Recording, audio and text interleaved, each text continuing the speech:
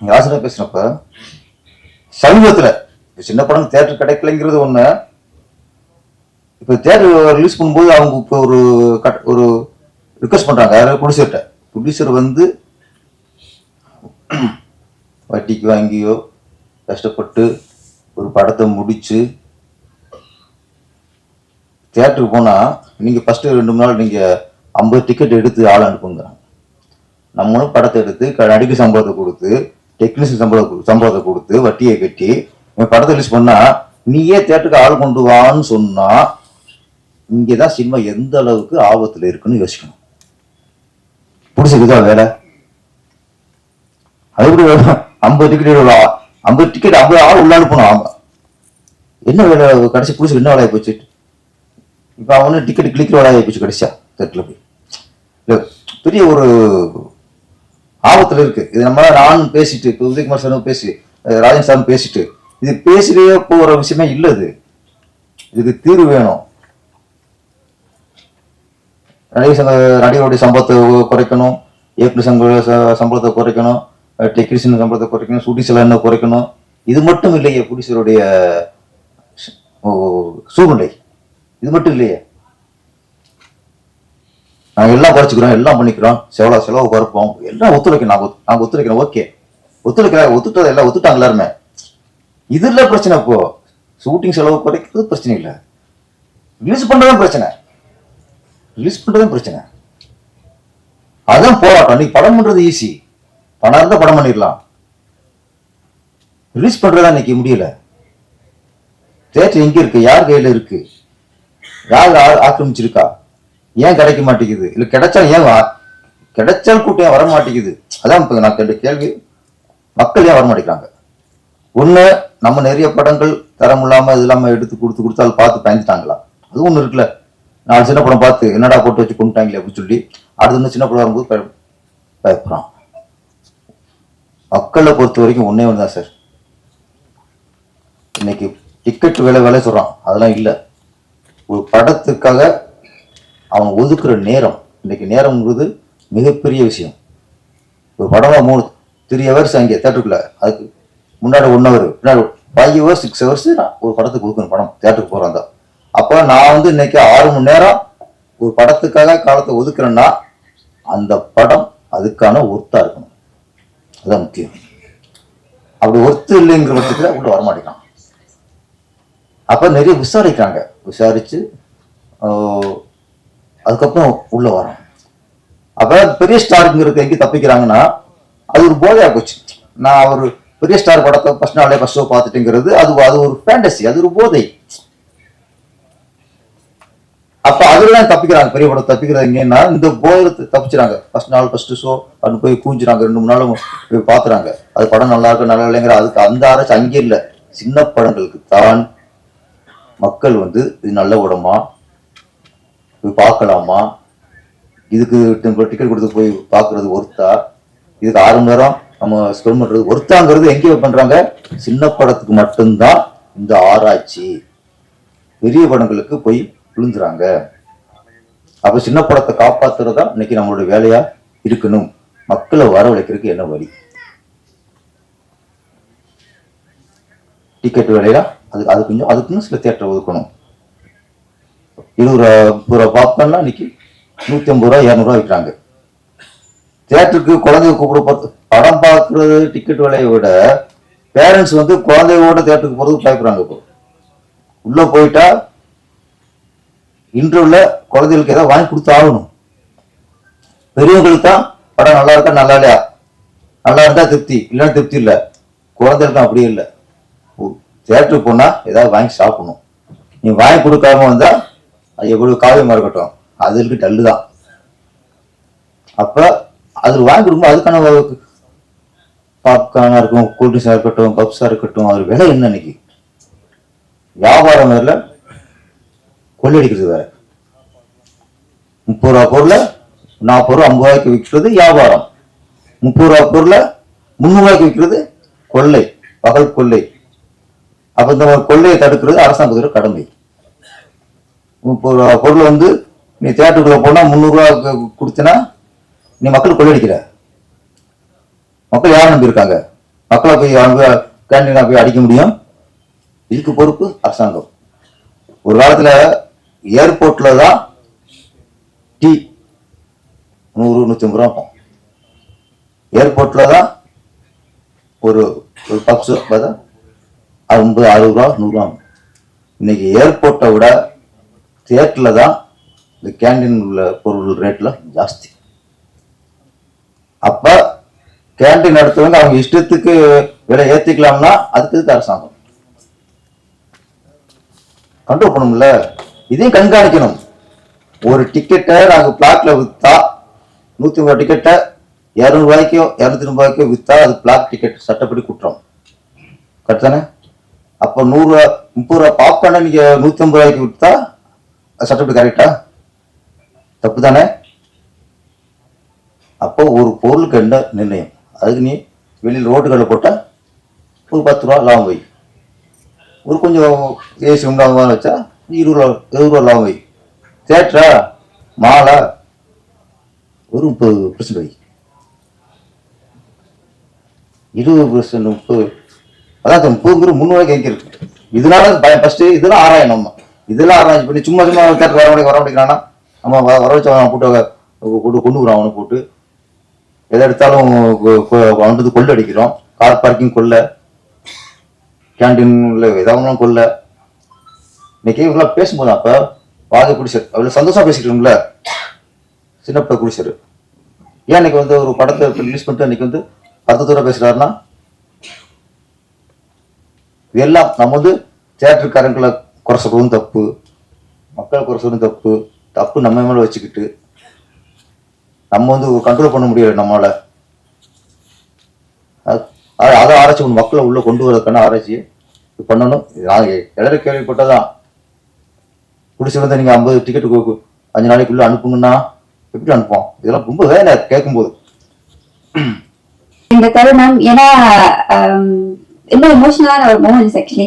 ஏன்னா இந்த மாதிரி ஃபாரின் ஃபிலிம் மேக்கர்ஸ்க்கு இங்க தமிழ்நாட்டுல வந்து படம் ரிலீஸ் பண்றது அது மிகப்பெரிய கனவு, மிகப்பெரிய ஒரு லட்சியம். அது இன்னைக்கு நினைவாகுதுன்னா அதுக்கு முக்கிய காரணம் mister Hari Uthra sir and also Bala sir.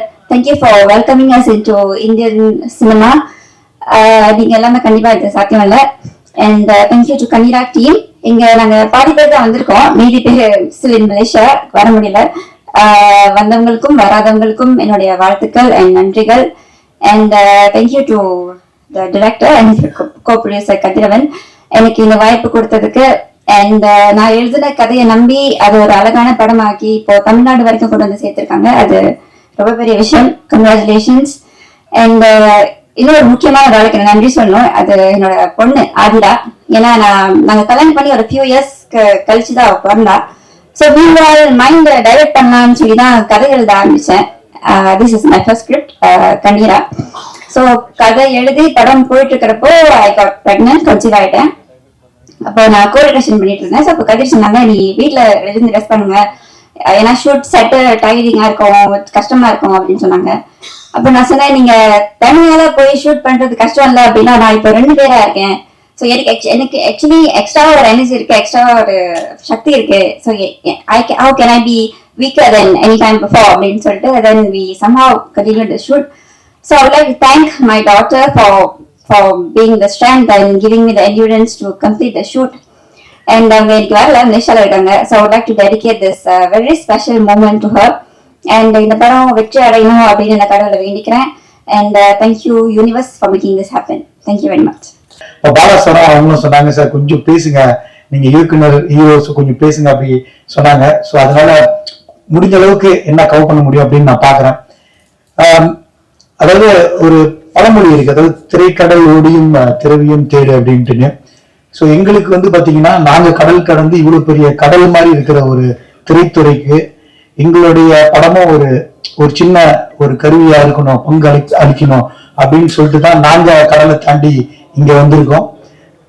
திரவியம் தேடுறது, திரவியம் வந்து பணம் மட்டும் கிடையாது, மக்களுடைய அன்பு ஆதரவு, அந்த சினிமா துறையில எங்களுக்கும் ஒரு அங்கீகாரம் வேணும் அப்படின்றதுக்காக தான் வந்திருக்கோம்.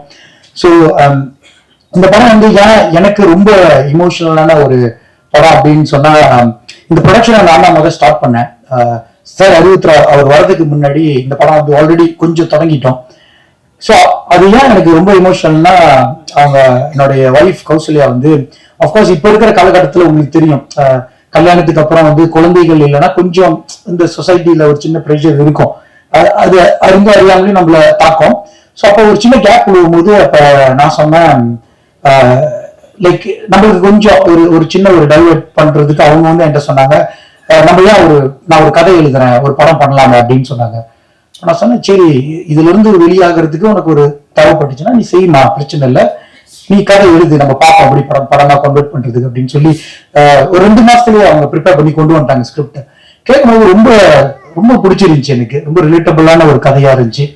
ஸோ அப்போ நான் சொன்ன, சரி நம்ம ப்ரொடக்ஷன் ஸ்டார்ட் பண்ணலாம், இதை நம்ம படமா பண்ணலாம், பட் எனக்கு கொஞ்சம் கெப்பாசிட்டி வேணும் அப்படின்ற மாதிரி பண்ண ஆரம்பிக்கும் போது தான் அப்ப அந்த டைம்ல படம் ஸ்டார்ட் பண்ணிட்டு இருக்கோம். அப்போ இன்னும் நம்ம சார் இன்னும் வரல உள்ளுக்கு பிக்சர்ல பண்ணிட்டு இருக்கும் போது அப்போ அவங்க திடீர்னு ஒரு நாள் வந்து எனக்கு சொல்றாங்க, இந்த மாதிரி ஒரு சர்ப்ரைஸ் இருக்கு, அப்படி வீட்டுக்கு போனோன்னு சொன்னாங்க, டெஸ்ட் பண்ண பாசிட்டிவ், குழந்தை வரப்போறாங்க அப்படின்னு சொன்னோன்னே அவங்க என்ன சொன்னாங்கன்னா 2வது குழந்தை வரப்போறாங்க அப்படின்ட்டுன்னு. இப்ப நான் கொஞ்ச நேரத்துல யோசிக்க ஆரம்பிச்சிட்டேன், என்னது 2வது குழந்தையா அப்படின்ட்டுன்னு. அப்ப அதுக்கு அவங்க சொன்னாங்க, எனக்குள்ள வந்து 2 கரு இருக்கு, ஒண்ணு இந்த குழந்தை, இதுக்கு முன்னுக்கு வந்த அந்த கண்ணீரா கதை அந்த கரு. சோ எப்போதுமே எனக்கு வந்து கண்ணீரா தான் முதல் குழந்தை அப்படின்ற மாதிரி சொல்லும் போது ரொம்ப இமோஷனலா ஆயிட்டேன். சரி இந்த படத்துல ஒரு பெரிய கனெக்ஷன் நடக்கும், இதை கண்டிப்பா எடுத்து செய்வோம், அவங்களுக்காக செய்வோம் அப்படின்னு சொல்லிட்டு இன்னொன்னு நான் சொன்னேன், நீங்க கதை எழுதிட்டீங்க, நீங்களே பண்ணுங்க, நீங்களே வந்து இந்த படத்தை டைரக்ட் பண்ணுங்க அப்படின்னு தான் முதல்ல சொன்னேன். பட் ஆஃப்கோர்ஸ் அந்த பிரெக்னன்சி டைம்ல வந்து கொஞ்சம் முன்ன இருக்கும் ஹெல்த் அப்படின்ட்டுன்னு. ஸோ அந்த டைம்ல வந்து அவங்க சொன்னாங்க, இல்லை எனக்கு தெரியல சுச்சுவேஷன், நீங்க டைரக்ட் பண்ணுங்க, நான் இணை இயக்குனரா இருக்கேன் அப்படின்னு சொன்னாங்க. சரி அவங்க சுச்சுவேஷன் புரிஞ்சுட்டு நான் படத்தை டைரக்ட் பண்ண ஆரம்பிச்சேன், படத்துல ட்ராவல் பண்ண ஆரம்பிச்சோம். ஸோ படம் ஷேப் அப் பண்ணிட்டு இருக்கும்போது அஃப்கோர்ஸ் இது வந்து கொஞ்சம் பெரிய ஸ்கேல்ல போன மலேசியால பண்ணிட்டு இருக்கும்போது அப்பதான் வந்து எனக்கு நம்ம பாலா பிரதரும் ஹரித்ரா சாரும் பழக்கம். ஸோ அவங்க கிட்ட இதை பத்தி பேசும்போது, இந்த படத்தை அடுத்து எப்படி கொண்டு போகலான்னு பேசும்போது ஒரு கனெக்ஷன் தான், கடவுள் கொடுத்த ஒரு வரம் தான். அவங்க உள்ளுக்கு வந்து இந்த ப்ரொடக்ஷனை என்னோட சேர்ந்து பண்ணிச்சு, இந்த படத்தை இப்ப முடிச்சு, இப்ப என்னோட ஒய்ஃப் அப்புறம் நல்ல நண்பர்கள் 2 பேரு, ஒரு 2 கண்கள் மாதிரி எனக்கு. ஏன்னா இவங்க எல்லாமே டெஃபினெட்லி தமிழ்நாட்டுல இந்த படம் உங்க முன்னுக்கு இன்னும் கொஞ்ச நாள்ல தியேட்டர்ல ரிலீஸ் ஆக போகுது, அது சாத்தியமே இல்லை. எல்லாமே இவங்களுடைய பேரன்பு தான் அப்படின்னு நான் சொல்லுவேன். ஸோ இதை தாண்டி இந்த படத்தை சக்சஸ்ஃபுல்லா முடிச்சுட்டு பண்ற 3வது திரைப்படம் இது. கண்ணீரா வந்து ரொம்ப ஸ்பெஷலான படம். ஏன்னா இந்த வருஷத்துல வந்து ஃபர்ஸ்ட் ஆடியோ லான்ச்சா வந்து இங்க பிரசாத்ல வந்து நாங்க பண்றோம். அது மட்டும் இல்லாம மலேசியாவில் வந்து பண்ண ஒரு படம் இன்னைக்கு வந்து இந்த அளவுக்கு நாங்கள் தமிழ்நாட்டில் கொண்டு வந்து நாங்கள் பண்ற அளவுக்கு அந்த படத்துல ஒரு முக்கியமான ஒரு ஸ்டஃப்பான ஒரு விஷயம் இருக்கு. ஸோ அதனால தான் இந்த படம் ரொம்ப ஸ்பெஷல்னு சொன்னேன். இந்த வாய்ப்பை வந்து கதிரவன் மோர் ஃபோர் ப்ரொடக்ஷன்ஸ், ஸோ அவங்க டீமுக்கு தான் வந்து ஒரு மிகப்பெரிய ஒரு நான் நன்றியை சொல்லணும். அதுக்கப்புறம் பாலா கங்காதரன் சார், இந்த ப்ராஜெக்டை வந்து முதல்ல நாங்கள் போயிட்டு மலேசியாவில் படம் பார்க்கும்போது, ஸோ இந்த படம் என்னவா இருந்தது அப்படின்னா, கிட்டத்தட்ட இது எப்படி வந்து இந்த அளவுக்கு இன்னைக்கு தமிழ்நாட்டில் வந்து இது ஒரு படைப்பா இங்கே மக்கள்கிட்ட கொண்டு போக முடியும் அப்படின்றத தெரியாத அளவுக்கு எங்களுக்கு ஒரு இதுவாக இருந்தது. அப்போ நாங்கள் நிறைய ஒர்க் பண்ணி நிறைய விஷயங்களை சேஞ்ச் பண்ணும்போது படம் வந்து மியூசிக்கலா ரொம்ப ஒரு ஸ்பெஷலான படமா இந்த படம் இருக்கும். ஏன்னா சமீப காலத்துல வந்து சின்ன திரைப்படங்கள்ல வந்து பாடல்கள் வந்து யாருமே அதிகமா விரும்பி கேட்கறது இல்லை. ஸோ அந்த வகையில வந்து இந்த படத்துல வந்து ஸ்பெஷலே வந்து சொல்லணும்னா பாடல் ஃபுல்லா ஹரிமாறன் சொல்லி இசையமைப்பாளர் பண்ணியிருக்காங்க. ஸோ கதிரவன் சாரோட ரைட்டிங்ல வந்து ரொம்ப ஸ்பெஷலா இந்த படத்துல மியூசிக்கலா ஒரு லவ் ஸ்டோரி, எப்படி வந்து ஒரு லவ் ரொம்ப கரெக்டா கொண்டு போகலாம் அப்படின்றத வந்து ரொம்ப நேர்த்தியா ஒரு அழகா சொல்லியிருப்பாங்க. ஸோ சோசியல் மெசேஜ் அப்படிலாம் எதுவுமே இல்லாமல் ரொம்ப ஒரு ஜாலியான ஒரு படமாகவும் ஒரு எமோஷ்னலாக ரொம்ப கனெக்டிவிட்டியாக இருக்கிற ஒரு படமாக இருக்கும். ஸோ நாங்கள் டிஸ்ட்ரிபியூஷனாக வந்து தொடர்ச்சியாக நிறைய சின்ன திரைப்படங்களை வந்து மக்கள் மத்தியில் கொண்டு போய் சேர்த்துட்டு இருக்கோம். ஸோ அந்த வகையில் வந்து இந்த கண்ணீராவும் எங்களுடைய முக்கியமான படமாக தான் நாங்கள் பார்க்குறோம். ஸோ இன்னும் இந்த படத்தில் வந்து நிறைய சுவாரஸ்யமான விஷயங்கள் வந்து ரிலீஸ்க்கு முன்னாடி நிறைய அப்டேட்ஸ்லாம் இருக்குது. ஸோ இந்த படத்துக்கு எங்கள் கூட இருந்து இவ்வளோ வேலையும் இந்த அளவுக்கு கொண்டு வந்து செய்யக்கூடிய எல்லா சப்போர்ட்டும் கொடுத்த கண்ணீரா படக்குழு, ஸோ ஃபுல் அண்ட் ஃபுல் மலேசியாவில் தான் இந்த டீம் இருக்காங்க. ஸோ அவங்க எல்லாருக்கும் இந்த நேரத்தில் ஒரு மிகப்பெரிய ஒரு நன்றியை நான் தெரிவிச்சுக்கிறேன். எல்லாத்துக்கும் மேலே இன்னைக்கு ஒரு மால் ஆகட்டும், ஒரு நார்மல் சிங்கிள் ஸ்க்ரீனில் கூட இன்னைக்கு வந்து ஒரு ஷோ வாங்கி நம்ம ஒரு சின்ன திரைப்படங்களை கொண்டு போகிறது எவ்வளோ கஷ்டமாக இருக்குன்னு சொல்லி எல்லாருக்கும் தெரியும். அதையும் தாண்டி இப்படி ஒரு படைப்பை வந்து நீங்கள் திரையரங்களை கொண்டு வர்றதுக்கு ரொம்ப சப்போர்ட்டாக இருக்கிற நம்ம மோர்போர் ப்ரொடக்ஷன்ஸில் கதிரவன் சார். ஸோ என்னன்னா நம்ம தமிழ்நாட்டில் இருக்கிறவங்களே இன்னைக்கு வந்து இந்த அளவுக்கு ஒரு படைப்பை வந்து கொண்டு போய் சேர்க்கறதுல எந்த அளவுக்கு நம்ம கூட சப்போர்ட்டாக இருப்பாங்கன்னு தெரியல. ஸோ மலேசியாவில் வந்து எதுவுமே தெரியாது, பிளாங்கா முதல்ல நான் இந்த படம் வந்து ஃபுல் அண்ட் ஃபுல்லாக நான் எடுத்து நான் பண்ணுறேன் அப்படின்னு சொல்லி நான் கம்ப்ளீட்டாக சேஞ்ச் பண்ணும்போது ஒரு இடத்துல கூட வந்து அவர் டைரக்டர் இந்த படத்தில் ஃபுல் அண்ட் ஃபுல் ரைட்டிங்கும் அவங்க மேடமும் அவங்கள தான் பார்த்தாங்க. இருந்தாலும் வந்து எந்த விதமான நம்ம சஜஷன் சொன்னாலும் அதை அக்செப்ட் பண்ணாங்க. அந்த அக்செப்ட் தான் வந்து இது ஒரு மிகப்பெரிய சக்ஸஸ். ஸோ இது வந்து மலேசியாவில் வந்து அவங்க ஒரு ஃபெஸ்டிவலாக மலேசியாவில் மட்டும் ரிலீஸ் பண்ணியிருந்தாங்க. ஸோ அங்கே ரிலீஸ் பண்ணதில் இந்த படத்துக்கு நிறைய ரிவ்யூஸ்லாம் நல்ல ஒரு ரேட்டிங்ஸோட எங்களுக்கு கிடைச்சிது. ஸோ இப்போ இது தமிழ்நாட்டிலையும் அதே ஒரு வெற்றியும் அதே ஒரு ரிவ்யூஸ் அண்ட் ரேட்டிங்ஸும் கிடைக்கும்னு சொல்லிட்டு நாங்கள் நம்புகிறோம். மீதி இன்னும் ப்ரெஷ் ஷோ அதெல்லாம் இருக்குது. ஸோ எல்லாம் பார்த்துட்டு பத்திரிகையாளர்கள் நீங்கள் தொடர்ச்சியாக எங்களுடைய உத்தரா ப்ரொடக்ஷன்ஸ் படம் நிறைய படங்களை சப்போர்ட் பண்ணி இந்த அளவுக்கு வந்து நாங்கள் வளர்ந்து வரதுக்கு ஒரு உதவியாக இருக்கீங்க. ஸோ நீங்கள் எல்லாரும் இந்த படத்தை பார்த்துட்டு நியாயமான விமர்சனத்தை கொடுத்து படம் அடுத்த கட்டத்துக்கு கொண்டு போகிறதுக்கான எல்லா உதவிகளும் செய்யணும்னு சொல்லி கேட்டுக்கிறோம். நன்றி.